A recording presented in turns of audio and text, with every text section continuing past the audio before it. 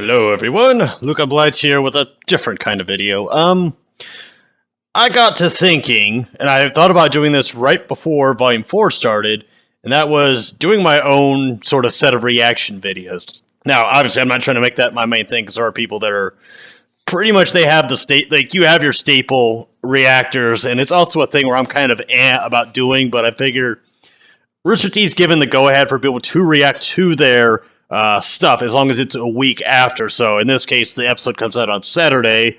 So the next Saturday, although I'm probably going to upload it Sunday, just to be on the safe side. That just so you know, people that are on YouTube, like if you guys are on YouTube and you watch it, then I'll wait for you guys to get, give you 24 hours to watch it. But even still, watch it before you watch whatever video I decide to do on it. I'll try to do it how most reactors do, and that's like the videos off to the side at the bottom, which I'll probably have to record me actually watching it and then re-record it with the video actually playing on the bottom. And I'll just have to sync up the video and the audio, so that'll probably take a couple of attempts to get right. It's going to be amateurish. Don't expect the best product, but it's just kind of an experiment to see how you guys and gals like it versus how I do, and see if any of the other reactors come and chime in, which I'm going to try to get some of them to be like, hey, can you check, see how I do? Let me know how I am. Do I convey too much emotion? Not enough? And if I do decide to do like a whole reaction thing, it'll probably be only for RWBY. If not some game trailers or something like that. This is just me trying to open up some avenues because I don't think I'm very good at rants because I'm either too drunk, too angry, or not enough of either or to do an effective rant. So I'm like, all right, ranting, scrap that. So Let's Playing, that'll always be my main thing. It always will be, but there are some things that I just want to try out. Like, I haven't really done a full-on reaction to anything, but before I do the reaction, I'm going to do a quick recap video just so that I can refresh myself before I actually watch episode 12, which comes out in a couple of days. Yeah, today's Wednesday, so almost there. Anywho, I got some images, so I'm going to do kind of like a recap here. If I can... Okay, there we go. Oh, and of course, if you have not seen episode 10, do not watch up to this point, or past this point, stop watching.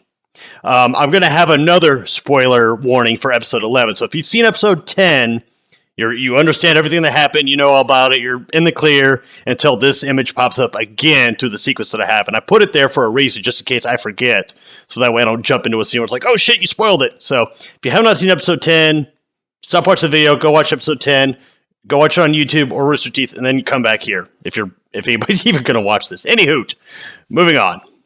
So we start off with Oscar, and it looks like that image was a little, that's right, because I had it tabbed into the freaking Rooster Teeth website. Anyways, because I was rewatching the episodes and taking snapshots. But anyways, Oscar's on his way out, because I guess him and Osmond have bonded long enough to where Oscar's like, okay, I understand now, this feels right. It's scary, but it feels right. And Osmond's like, trying to be a little comforting to him, trying to let him know that, like, you're doing the right thing. I'm proud of you.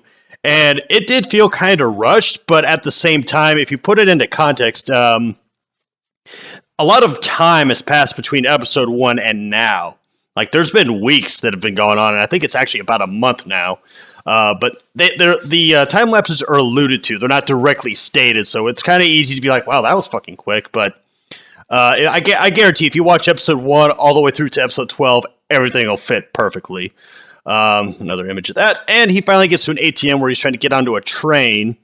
And, he's like, I'm guessing this doesn't come with an unlimited sum of money. And Osmond's like, you're going to have to figure that one on your own. And then he's just kind of like, oh, damn. And then Osmond's like, be on your guard. And I'm like, uh-oh, what's coming? Lo and behold, it's Hazel, who we haven't seen in forever, since episode 1, I think, when he's introduced along with Tyrion, who I fucking love, and Watts, who I'm very curious about. And I'm actually more curious about Hazel now, because at first I thought, like, oh, okay, just generic tough guy, with silent but deadly badass, but he does a surprising thing, and that is he helps Oscar out, because Oscar can't get his ticket, so Hazel just walks by and is like, here, and just smacks the ATM, and then just says, don't let such a small object block your path. Or a small obstacle block your path. I'm just like, polite bad guy is polite. So I get the impression that, especially after what Osmond said, because Oscar's like, I feel like I know this guy. Who is he? And Osmond's like, someone from my past and someone you should not take lightly. I'm wondering if this dude used to be a hunter and he just, straight off the wrong path or straight off into the wrong path. That's not a fan theory because fan theories 99% of the time. Hell, most of the theories I came up with were wrong. So honestly, as far as the ending goes for the season, I have no fucking idea, but I'll get a little bit into that towards the very end, probably after I cover episode 11, which I'm going to try to keep this short and sweet. And I give you guys a full-blown recap, but just kind of a quick Cliff Notes type thing. So Oscar and Hazel get on the train, and that's the last we see of them.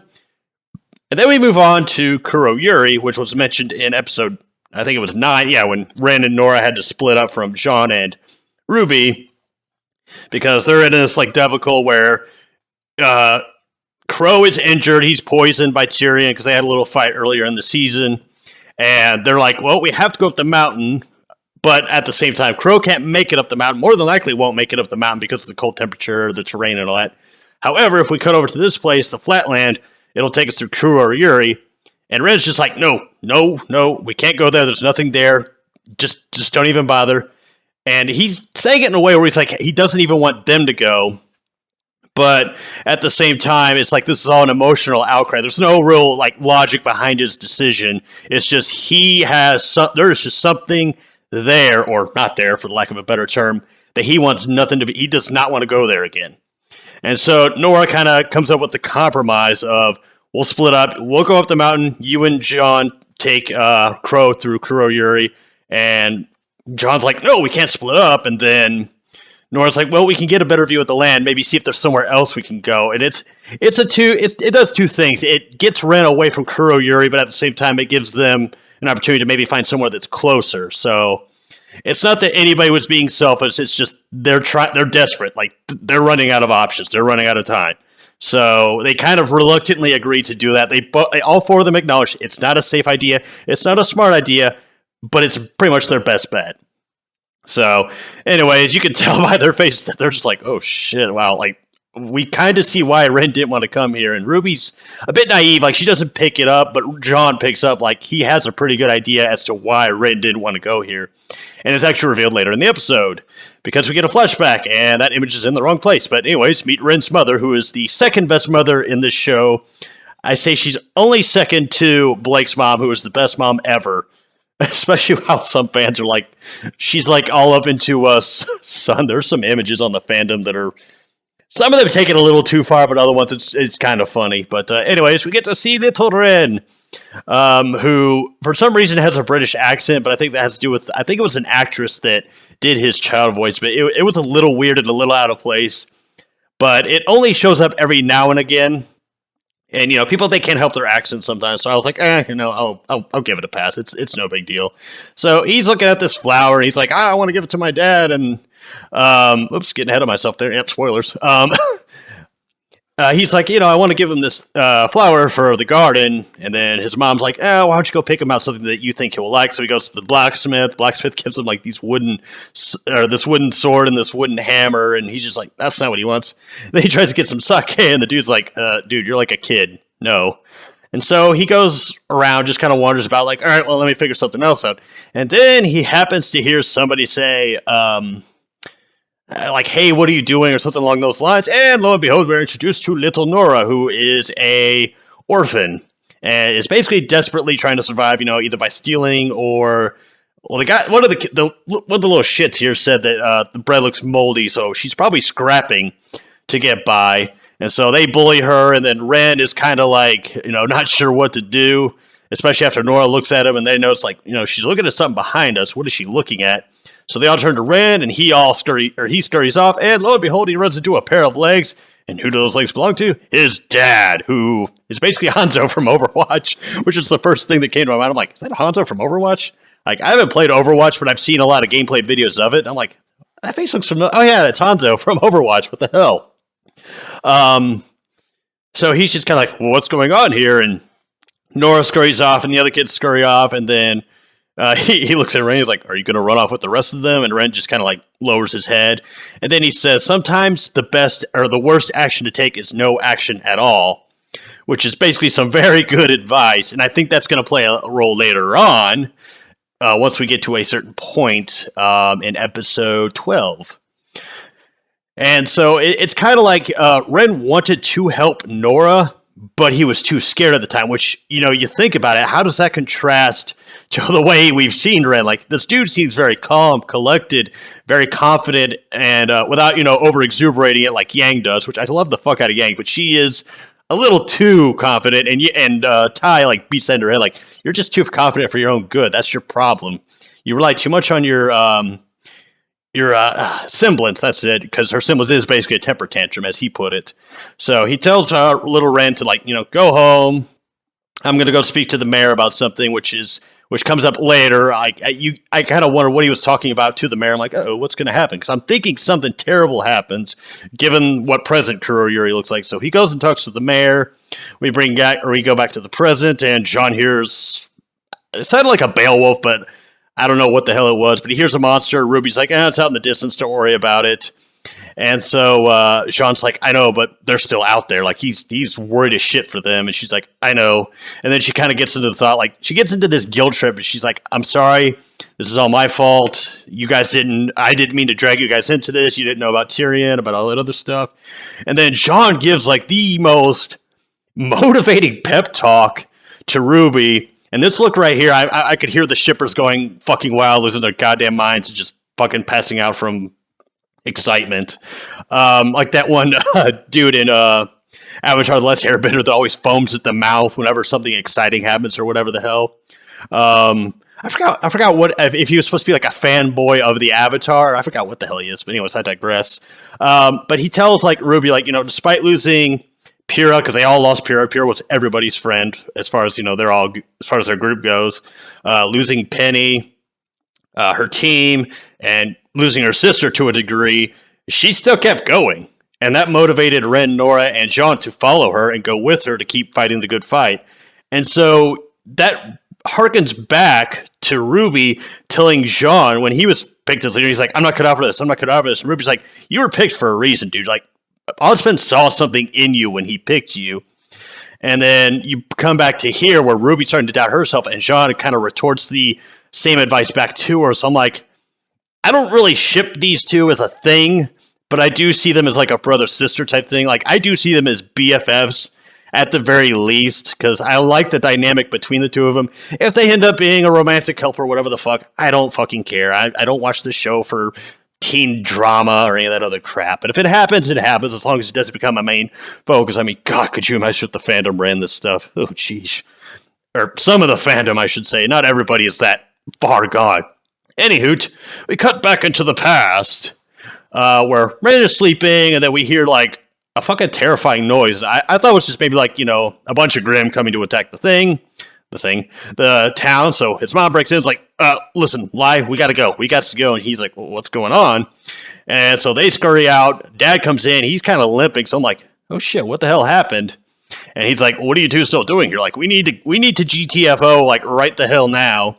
And she's like, well, we can go to the safe house. He's like, no, I've seen the beast. We have to get the hell out of here. Like, the safe house isn't even good enough. We just need to get out of Dodge. And you hear this booming roar. And I'm just like, what the flying hell is that? And I know the next image is going to kind of spoil it a little bit. But there's an angle that it takes where after the monster roars, Ren's like, Mom, like, he's terrified as shit. And then she kind of kneels down. It's like, it's okay. It's okay. And then, yeah, the roof comes down, and that's it for the second best mom in the entire show. And I knew it was coming, but I was still kind of like, God damn it. Like, wow, that was fucked up, because it was right in front of Ren's face. But anyways, he gets knocked out. He wakes up. He asks his dad, like, Dad, what's going on? And you just see him running. There's like pandemonium going on. He's injured. And yeah, everybody's running. The whole fucking place is on fire. And he ends up collapsing. And then Ren's like, Dad, get up. And then this thing fucking shows up. And I'm like, what is that? Is that a Grimm writing another Grimm? What is that? And I won't tell you what it is until I get to episode 11, because you don't really get an idea of what it is until episode 11. But you get to see this silhouette, which I was just looking at it like, I had to pause the video. I'm like, what the fuck is that? And then if you'll notice, though, it doesn't look like it has any the one on top doesn't look like it has any legs. So my first thought was maybe it's like strapped to it or something like that, or maybe it Actually, I don't know what the hell to think of it. And I thought it was maybe like a wingless griffin because if you look at the horse's like snout, it looks like a beak. So I was like, is this some kind of like weird griffin thing? Is this like an evolved griffin? And then that led me to think like, well, okay, if that's a griffin, what the fuck is that thing on top of it? So, anyways, another bad image there. Another bad image. Okay. Sorry, I thought I sorted out all these bad images where I kept tabbing between Bandicam and the video player, and every time I hit F11, it would like bring it to like full screen. But anyways, that thing roars. They see it in the background, and his dad's like, "You need to run. You need to get out of here." And he's like, "No, I'm not leaving you." And the dad says, "You need to be brave." And Ren's like, "No, I can't. I just want you to get up. I want us to get out of here." And so he pulls out a knife, he hands it to Ren, and he shoves him off, and he says, "You have to be brave, like, you have to survive, because I'm not going anywhere." And then he says, like, "Ren, son, take action." And then he's, like, Ren, he knows it's coming, he knows his dad's about to die, but he's just rejecting it. And then, okay, so this is the bit where he says, like, "Your mother and I love you." And then that thing fucking shows up, and I'm just like, what in the flying fuck is that thing? Like, what is that supposed to be? And so you see this shadow here. I'm just like, it looks like he's leaning over. I'm like, is this Grim drunk or what the hell's the deal? Or is he just injured? Because I saw the thing sticking out of it. I'm like, okay, so they managed to injure it. So maybe that'll make it a little bit weaker in the future. Like maybe it has a crippling injury it didn't fully recover from. And then Ren's dad goes out like a badass. He shoots the last of his arrows into it. And Ren scurries off. And then Nora is over here panicking. And that, actually, no, wait, that's out of order. Okay, this whole fucking thing's out of order. So anyways, Ren runs and hides. He sees some Nevermores pop up, and then one lands on the roof on top of the building where Nora is. Okay, and then, yeah, see, this fucking thing is out of... Oh, wait, no, this is when he looks at this ugly motherfucker, and then I see the claws. If you look on the... I'm using my mouse here. If you see, like, right there's a claw, and then right there, you can kind of make it out. So I was like, what the shit is this fucking thing? Like, what is it? So that thing's coming towards him. There's Nevermores flying all over the place, and it shows this, and I was thinking, like, yeah, like, this episode started off really, like, happy-go-lucky, and it's gone to hell in a handbasket, so you see him, like, just bawling. He's just freaking the fuck out. He's like, what do I do? What do I do? And then, boom, his semblance unlocks, and I'm like, what the hell is this like, what's going on? And then I just see him kind of take this, like, relaxing deep breath. I'm like, oh, did he just, like, maybe repress his emotions? Because he just gets up and scurries off and goes to Nora and's like, hey, we have to be brave. And she's just like, okay, like, we're probably going to die, dude. And then they have, like, the most, like, tear-jerking hug ever. Like, I didn't actually bawl out, but I was just like, man, I'm kind of sad right now. Like, or not sad, but I don't know. It was like warm, fuzzy feelings, I guess, because Nora's just like, just her only reaction is to just hug this dude. Because she's just like, she's scared. She's alone. She didn't have anybody to protect her. So, and then this kid shows up and is just like, hey, we have to be brave. So she's like, oh, hey, somebody actually cares about me. And he is able to project his semblance onto her. And I was like, okay, am I going to get a better idea what it is? And I do. And this thing, as well as the Nevermore that was on top, they both kind of just buzz off. Like, they pretend that Nora and Ren aren't even there. Or they don't pretend. They're like, I guess, I thought there were some kids down here, but I guess not. Anyways, moving on. So, anyways, before I get ahead of myself, which I did get ahead of myself with this image. I'm sorry, these images are way the fuck out of order for this episode. Thankfully, I know for a fact that the one that's like my barrier from spoiling episode 11, I know that one's good to go. But anyways, this thing walks by, I'm like, okay, well, we know where the hoof prints are coming from.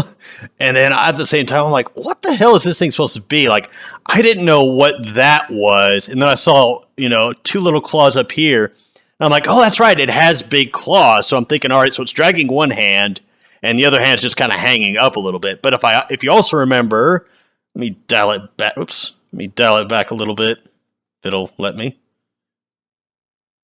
Game. Laptop, you gonna let me? There we go.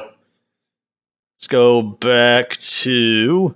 Yeah, right there. You see it slumping over. So I was thinking like, okay, so those are its claws.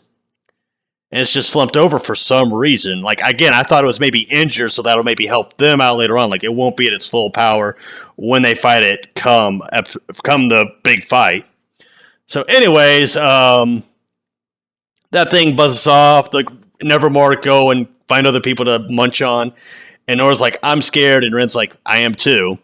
And then he sees this hammer. And that's when I'm like, oh, so that's where she got the idea for the hammer. Like, the hammer's almost a token, or not a token. What's it? Like that? What she sees in the hammer, she also sees in Ren. Like, that hammer is like part of her connection to Ren, almost to a degree. But he gives it to her, and it's like, we'll keep each other safe. And then he learns her name, and she says her name is Nora. And so the rest is history. Those two become best friends, and Nora becomes the most awesome character on the show ever. Or one of the most awesome. Her and Yang are probably my two favorites. Although after this episode, Ren moved up like to my top 5. But I don't know. This show hasn't really given any characters that I don't particularly like. Like, characters I'm supposed to like, I tend to like. And the characters I'm not supposed to, they do a good job of making me not like them, if you catch my drift. So the show has a great ensemble cast of differing characters. And none of them feel redundant or the same. They all have their own unique feel. So anyways, cut back to present where grown-up Ren and Nora are walking up the mountain. And they're like, oh, we never get the easy path, do we? But then they're like, that wouldn't be any fun. So anyways, they find this cave. And then I didn't mean to actually capture this image, but as you can see, a freaking piece of cloth, what I thought was just a piece of cloth, smacks him in the face. But it turns out it's actually the flag from Shion Village, which they ran into in episode, I think it was 2, where they find this huntsman who is basically bleeding out. And I believe he mentioned that bandits attacked it, and then the Grimm came. I think that's what happened. Yeah, because they were attacked by bandits, then the Grimm set in, and Raven, I guess, because when Crow and Raven have their conversation in episode 4, he explains like that they have somebody powerful on them, and that, Shion Village got to see that, and all this other stuff, and Raven's like, well, we didn't expect the Grimm to attack so soon, or something along those lines. So I'm thinking it was Raven's tribe attacked it, and then the Grimm immediately set in. And so the Grimm basically wiped everybody out, or, well, finished them off for lack of a better term. So I don't even know how I feel about Raven. Like, I know she's not a good person. She's a pretty shitty person, but at the very least, she's a shitty mother. But I'm hoping we get more of her. We might even see her in episode 12. We might. I doubt it, but it could happen. But anyways, moving on. They run into the cave after realizing, like, this is Shion Village, and then they, you can see by Nora, like, they found something pretty scary, pretty terrifying, like, something has really thrown them off, and I'm thinking, like, is it going to be, like, a bunch of skeletons, or what? And I was like, a bunch of planks? Like, did somebody build a shed in here and just, like, exploded? But no, if you look in the middle there's a hammer, and then you can kind of make out that some of these are swords, like, that looks like a staff, some other swords. I thought the hammer was weird, but I think that's, like, a random Easter egg. I hope it's not foreshadowing. For those of you who know what Nora's based on, I hope that is not foreshadowing. I doubt it, though, to be honest. I think it's just meant to be an Easter egg because of the origins of this particular Grimm. So they see all this, like, black blood and all this other stuff, and I was thinking, like, okay, what happened here? And he finds his dad's arrow, which I believe that's supposed to be his dad's arrow. Otherwise, it's an arrow that looks very similar to it, so at least he would bring back the memories of it. So he picks it up, looks at it, it's like, oh, shit. Like, I think he knows where this place is. Elsewhere, I'm like, okay, so either this thing is taking these weapons as, like, trophies of its kills or something like that. Like, this Grimm is just that fucking smart now. It's actually got a sense of awareness as to who it's killing, and it's like, I take pride in what I do. Or because all the, like, the blood splattering everywhere, which I don't know if Grimm actually have blood. I guess this one does, at least. That it was pulling these weapons out of it because of, I'll get into that later, actually. But I was thinking, like, maybe it's just pulling these weapons out of itself because it keeps getting stabbed by people that are trying to attack it. But anyways, that right there is like, okay, yeah, this is where the Grimm either lives or where it comes back to after it's done its, raid or what have you. So they see the hoof print, and then they see that it goes off into this other opening, which is where the wind was coming from. And I can't really show it, but you see it walking down here. Well, you see the tree shake. You don't actually see its shadow or silhouette or anything. You just see the tree shaking. You hear, like, this loud, like, thump, thump. And then Ren's looking out, and he says, oh, no. And then Ren looks out, and as you can see down there, Kuroyuri And again, the shippers went fucking wild over this one. I could hear them from miles away. So we had 2 instances of the shippers going crazy. But basically, this thing, whatever it was that killed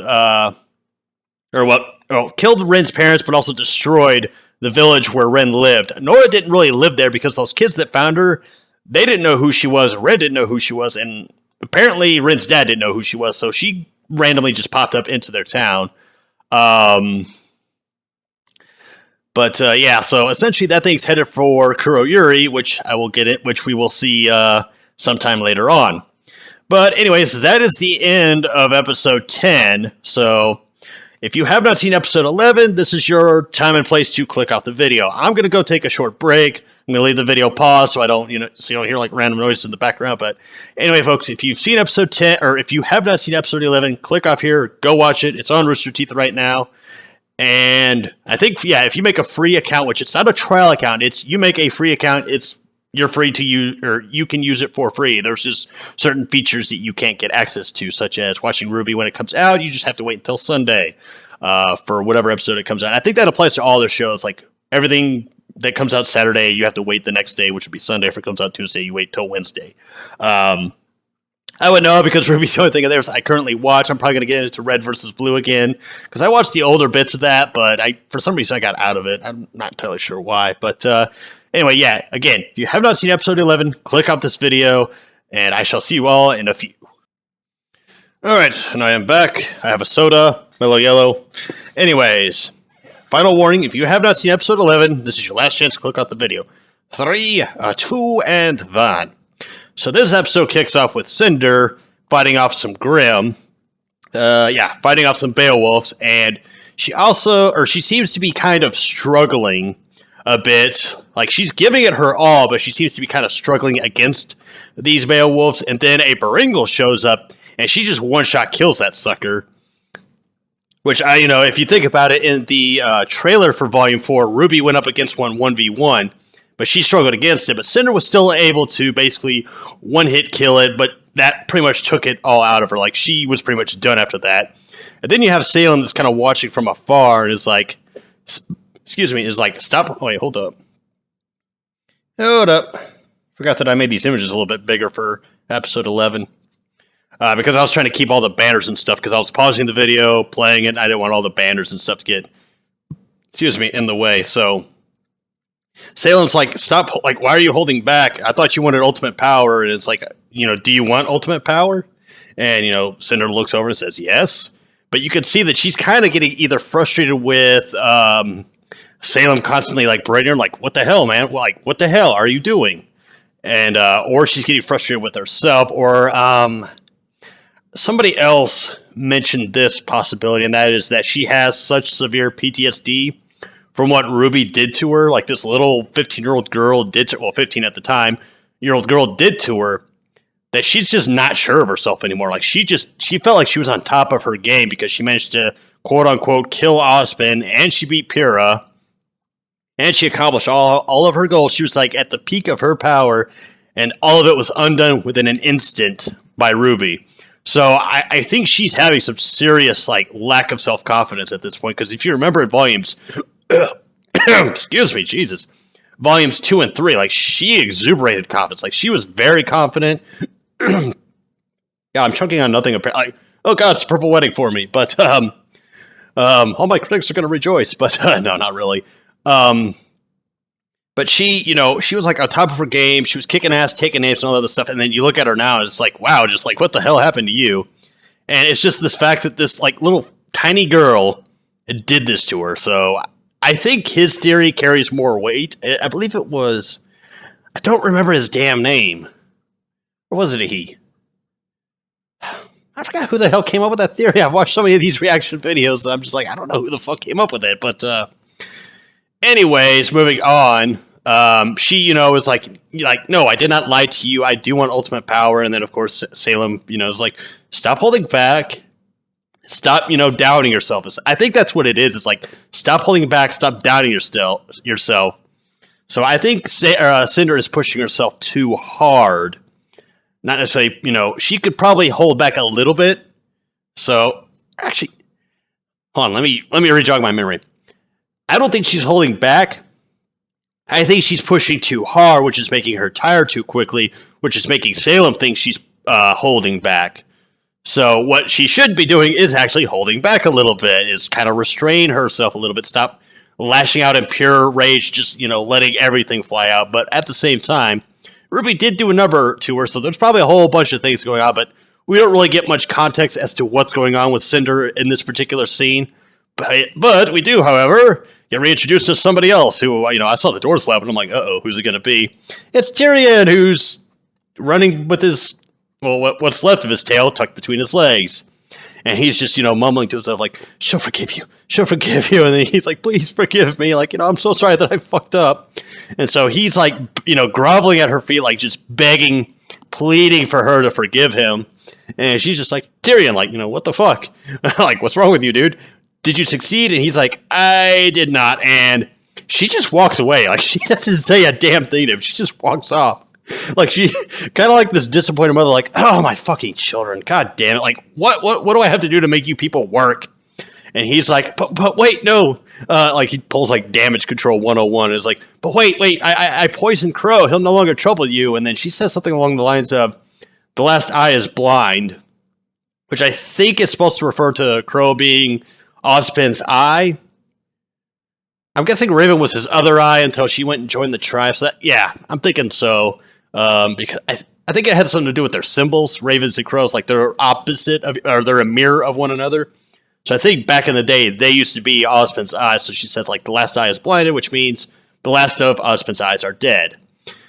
Then she just says, I'm disappointed. Like, she's like, oh yeah, good. Crow's dead. By the way, still disappointed. And Tyrion just loses his shit. Like, he is just, like, his entire world just got crushed right there because he is so obsessively loyal to Salem. And it shows just how deranged and just mentally unstable this dude is. And as Murder Birds put it, very brittle. Like, all it takes is for Salem to say, like, I have no more use of you, and he's just done. So, anyways, he's bawling his eyes out. He's upset with himself. He's like, I have no idea what to do anymore. And then this Grim, picking up on him, being sad, angry, and whatnot, decides to attack him. Tyrion slaps it with his tail, and he gets his claw things out, and he just murder fucks this thing. I mean, he beats it to a fucking pulp. And I was just like, wow, I've never felt sorry for a Grim until now. And, he starts off kind of sad, very angry, and then he just loses his goddamn mind. He just starts laughing maniacally, and then Cinder's over here like, what the fuck is wrong with this guy? And I'm just like, I have no idea, but damn, this dude is fucked up. And I think that's fucking cool as shit. So, yeah, basically, that was the first time I actually felt sorry for a Grim, because that thing did nothing wrong. And there were some jokes, and I watched Murder Birds' live stream discussion. There was somebody that said, and that Grim only had one day until retirement. I was like, oh, that's fucking funny. Terrible, but funny. Anyways, yeah, that's him proceeding to beat the shit out of it. Anyways, you move on to Blake, wrong person. You move on to Yang, who I should have taken a photo of, but she was spray painting her arm here to match her colors and to match her weapon, which I think is called Ember Silica, which she only has one left because the other one got left at Beacon Academy when Adam Taurus, for some reason people like him, cut her arm off and pretty much like that broke her. Well, that and Blake just outright leaving her at the end of season 3. Like, that just broke her. And so she's been kind of going through this journey of rebuilding her confidence, getting it back, and also being tutored by her father, Tai Yang, who's, teaching her, like, you're overconfident, you rely too much on your semblance, you're hot-headed, you're stubborn. Or, actually, stubbornness isn't necessarily a flaw. Boneheaded, that's more like it. So she's a little just too unfocused. And so she unveils Bumblebee, her bike, which I completely forgot that she had a bike, which I think the last time we saw it was season 2. Yeah, I think it was season 2 was the last time we saw it. And so she unveils it, and that's making me think, like, oh, okay, so she's about to go on the road. But the question is, where is she going? Which Taiyang brings out the question, like, okay, you're leaving. I didn't say you could leave. I can't stop you. But where are you going? And so he gives her, like, this thing, like, I know Crow told you, I didn't want him to, but he told you where your mother is. You could go to her. But your sister's also out there and headed for Mistral, so where are you going to go? And, he kind of stresses that question, like, where are you going? Like, are you sure you want to find your mother, or do you want to find a Ruby?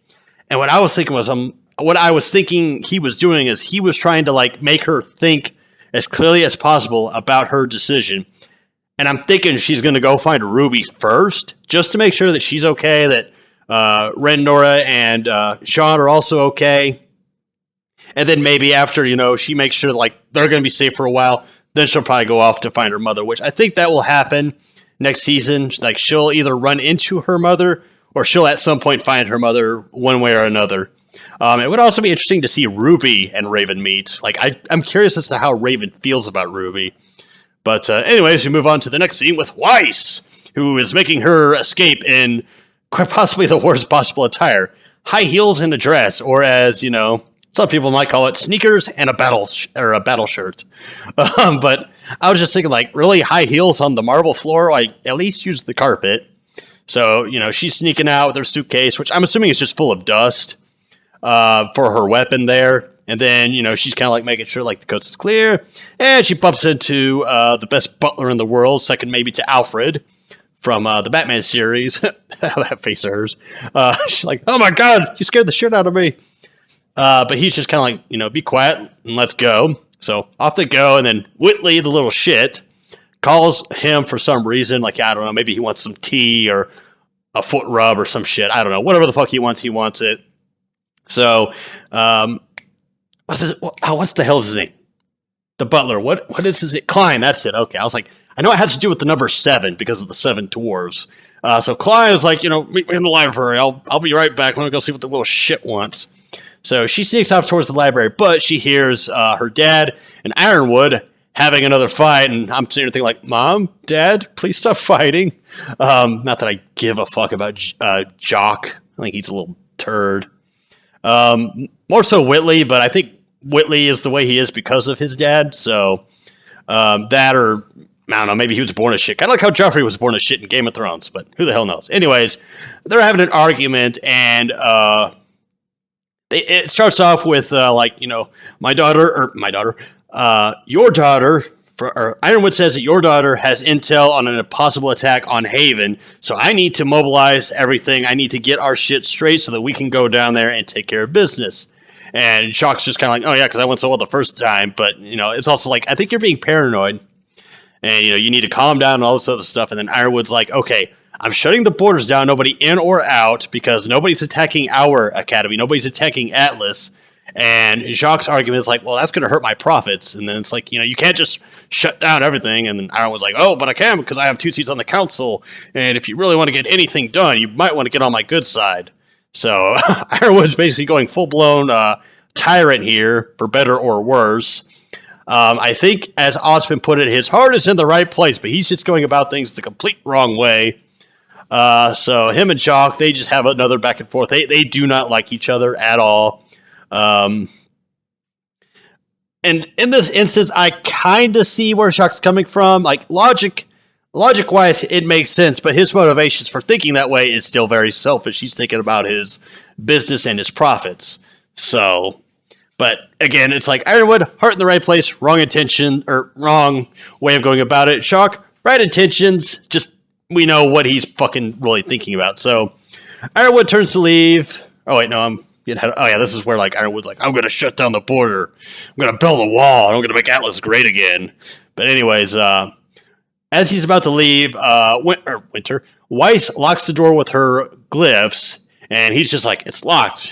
And Jacques' like, what the fuck are you talking about? Well, he didn't say fuck, but he's like, well, what are you talking about? So Ironwood tries breaking down the door to no avail. She runs off into the library, and she's like, Klein, like, are you here? Because we kind of run out of time. And then Klein pops up. It's like, keep your voice down. I told you to keep things quiet. It's like, I'm here. Now let's get out of here. And they have that nice, embraceful hug, where it's like, thank you for everything. They care about each other. Like, they are family. Like, more so than Weiss is with Whitley or Jacques. Like, I feel like this guy is probably the kindest person she's had in her childhood, and it's probably the reason why she wasn't such a total shit like her father and brother, which her sister isn't really that bad either. Her sister is she's very military minded. So it's not that she doesn't care about Weiss or that Weiss doesn't care about her. They seem to get along, at least volume, I think it was 3, or no, it was volume, was it volume 2 or 3? I forget whichever volume it was, where they have a short, yeah, I think it was volume 2. They have like no. Fuck, I forgot what fuck. No, it is volume 3. Yeah, it's right. It's the beginning of volume 3 because it's right before that tournament kicks off. So her and Winter seem to get along. Like, they seem to at least understand each other. And, Winter encourages Weiss to, be free of, like, all this shit that their father does because he's not a nice dude. So anyways, moving on. That scene ends, and we come back to Blake, who is kind of just, sitting there. I thought she was maybe asleep. But Sun wakes up. He's okay. He's injured, but he's okay. And then she's like, this is why I don't want, the others following me, and why I don't want you following me, because every time I get my friends involved, they get hurt because the White Fang is still after me and all this other shit. And then he's just like, well, that's not fair or anything like that. And she's like, but that's, trying to remember exactly how this conversation went, because I blanked out a little bit for this part, but essentially it's more of Blake finally explaining why she is the way that she is and why she is this loner type. And so we get more exposition as to why she thinks this way, rather than her just saying, like, I just want to be alone. I hate being alone because I'm lonely. I don't want to be alone, but, that whole, like, never-ending cycle of self-torture. And so he kind of gives her this nice pep talk where it's like, you're lying to yourself when you say this shit. Because, you can make the choice of not wanting your friends to help you, but that's not your decision to make for us. We help you because we care about you. Like, we want to help you. We want to take care of you. And if we get hurt doing it, then fine, so be it. But what she is saying to, like, him, and what she is saying to, like, Yang and all the others, just leaving them like that hurts them more than the bad guys ever could. So essentially he's saying he would take that injury 100 times over before hearing her say shit like that again. Now it's just like, about time Sun said something relevant, and it isn't just like the fucking comedy relief. And then Blake's face right there. And then speaking of comedy, freaking Blake's mom does the same thing that happened to Sun in episode, I think it was 5, happens to her, and she gets up and is just like, oh, would you look at that? He's okay. And, I was halfway hoping she would say something. Or no, what the hell did I think? I don't remember what I thought she was going to say. I know Murderer Birds, he was like, it would have been funny if she would have said the same thing that Sun did. It's like, oh, so this isn't the bathroom. Yeah, that would have been funny. I forgot what I wanted her to say. I've completely forgot. I don't know. But anyways, as you can tell, like, Kira's just like, oh, God damn it. God damn it, woman. I just like that smile on her face. So anyways, Blake over there was like, Dad, Mom, giving them the same lecture she gave Sun when her and her dad were having, a moment. And Sun's just like, hey, Mrs. B. It's like, wow, that's the most casual hello ever. So Gira has to sit down with him, and I cut that image off at a weird place, but, that chest hair, though. Anyways, homoerotica aside, he explains that on that scroll they found that Adam Taurus is planning to overthrow Sienna Khan and the White Fang, and is basically planning a coup. And so what I think is really going on is, and somebody, I forgot who it was, said that it might be false information, which I don't think it's false information, because if Blake gave back the scroll to what's-her-face, then that whole plan just kind of goes to shit. So I think that kind of a thing is a little bit of a stretch. But it could be misinformation towards her being Ilya. It could be misinformation for her. But again, that wouldn't make any sense, because why would Adam reveal his plan to people he doesn't think would be loyal to him? But anyways, I digress.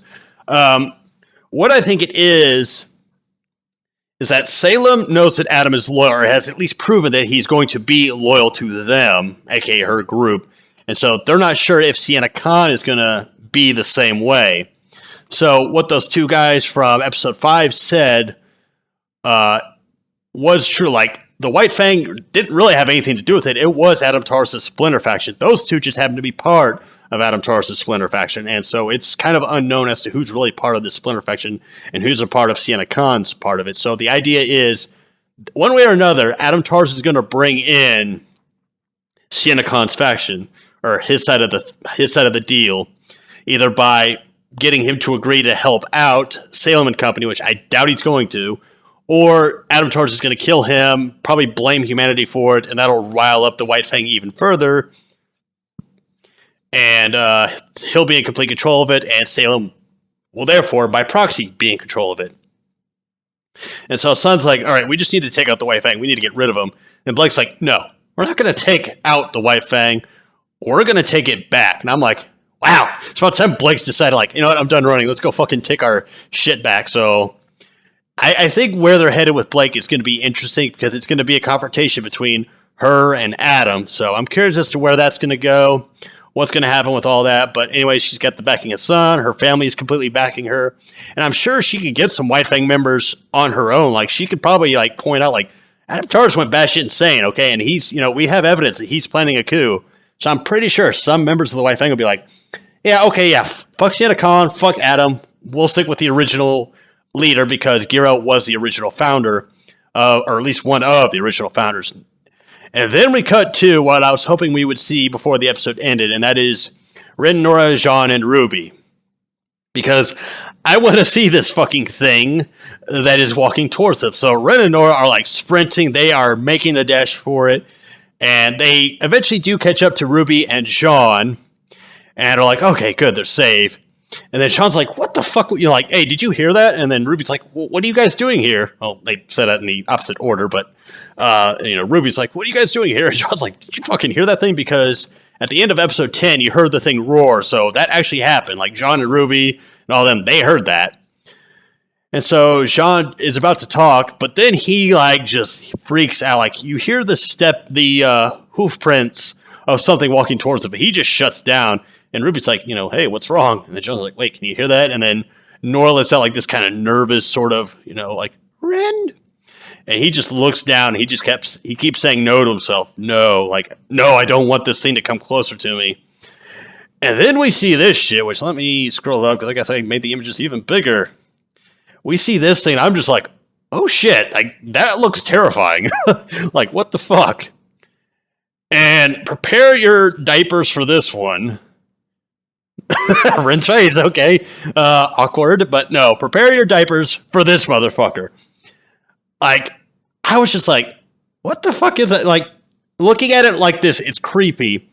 But when you see it in the episode, his head just kind of jittering about like some grudge shit or something like that. I'm like, okay, that is fucking creepy.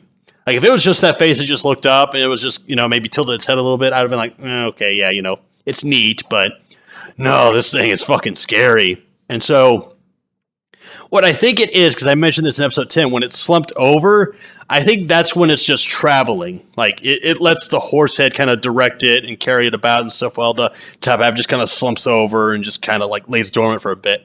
But when it's about to get into a fight, the top half kind of, perks up and it's like, oh, hey, thanks for me to kill and break and smash and maim and shit. And then, see, I was wondering what all those spikes were on its back, and it turns out those are weapons, which brings me back to the point that it would go into that cave and it would pluck shit out of it. It's like, oh god, all these damn swords. Oh, my spleen. Need to pluck all this shit out. And so, again, I don't think this thing got weaker. I think it got even stronger. So Ren and them are going to be fighting a stronger version of the Grimm that destroyed Ren's village. And Shion and probably a couple others. Like, I doubt it's just those two. Or three, or however many. I'm sure it's destroyed plenty in its day. And so that's where this episode ends, with this thing just, about to open its mouth to roar out. And I'm just like, oh wow, episode 10 is going to be fucking great.